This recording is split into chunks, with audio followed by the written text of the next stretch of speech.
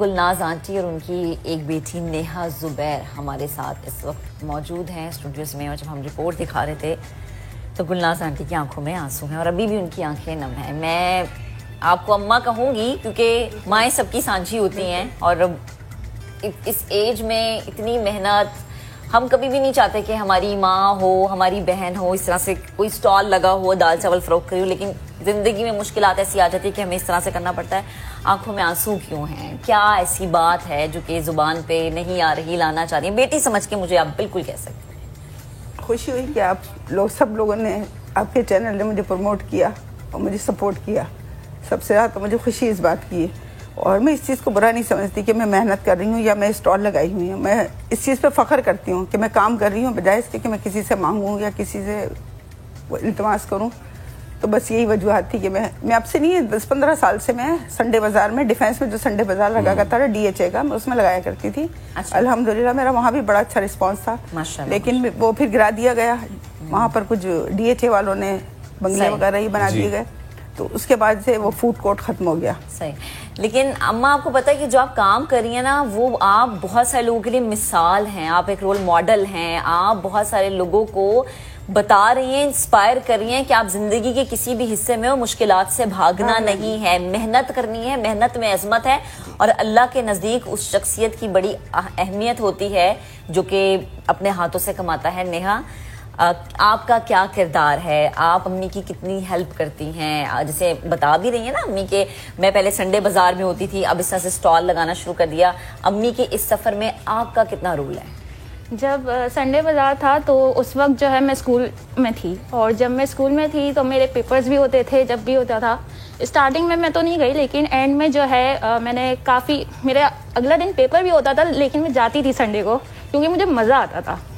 وہ ایک انجوائمنٹ کا ایک انجوائمنٹ ہونے لگی تھی. ایک کہتے نا کہ آپ محنت کے بعد اگر آپ 2000 بھی کما رہے ہو نا آخر میں تو آپ کو بہت اچھا لگتا ہے، اس کو وہ ایک الگ خوشی ہوتی ہے. تو ابھی تو یہ ہے کہ اماں 5 بجے اٹھتی ہیں، تو ان کے ساتھ 5 بجے اٹھ کے سارا سامان کر کے، ساری چیزیں کر کے، ان کی ہیلپ کروا کے پھر وہ خود جاتی ہیں اور وہ وہاں پہ خود لگاتی ہیں. اچھا آنٹی، یہ میں دیکھ رہا ہوں کہ یقیناً یہ بڑی ہمت کی بھی بات ہے، لیکن وہیں پہ دیکھنے والوں کے لیے یہ بھی ایک چیز ہے کہ آنٹی نا بزنس اسٹریٹجی بڑی زبردست اپنائی ہے.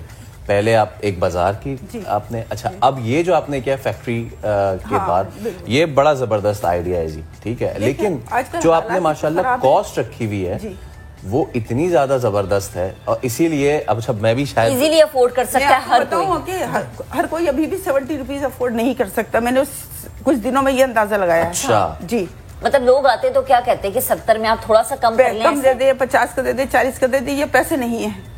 اچھا، ایسے بھی ہوتے ہیں. تو جب کوئی کہتا ہے پیسے نہیں ہے تو کیا کرتی ہیں؟ تو میں کیا کہوں گی، دیکھیں رزق اللہ دیتا ہے، مجھے پتہ نہیں کس کے نصیب سے یا کس طرح مل رہا ہے، مجھے نہیں پتا. اور اللہ تعالیٰ نے، دیکھیں آپ لوگ کس طرح سے آپ لوگ، یہ اللہ کی میری نیک نیتی تھی یا اللہ کی طرف سے مدد تھی جو آپ لوگوں کے پاس میں آج بیٹھی ہوں.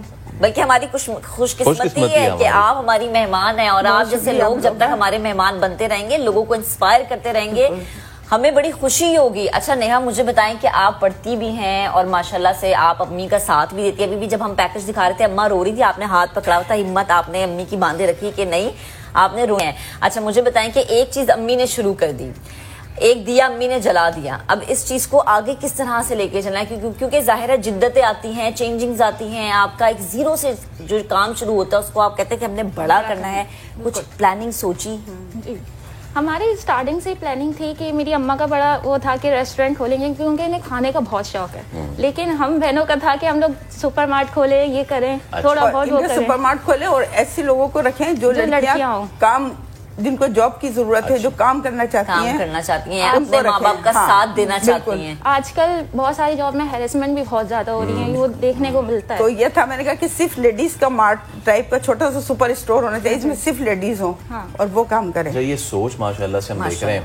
بہت سارے لوگ یہ سوچتے ہیں کہ جی ایک چھوٹا سا تھیلا ہی تو ہے، لیکن وہ ایک چھوٹے سا آئیڈیا سے ہی جو نا کہتے ہیں کہ قطرہ قطرہ بن کے ہی. اب مجھے سمجھ نہیں آ رہا تھا، پھر میں نے بڑا رابطہ کر کے نا، میں حالانکہ آپ کو پتا میں پیر سے نہیں چل پاتی صحیح، میں انبیلنس ہو جاتی. میری شوہر کی ڈیتھ کے بعد سے میں بہت بیمار ہو گئی تھی، اتنا بیمار ہوئی تھی کہ میں بالکل ہی پیرالائز کی طرف ہو گئی تھی. لیکن میں نے چھوڑا نہیں،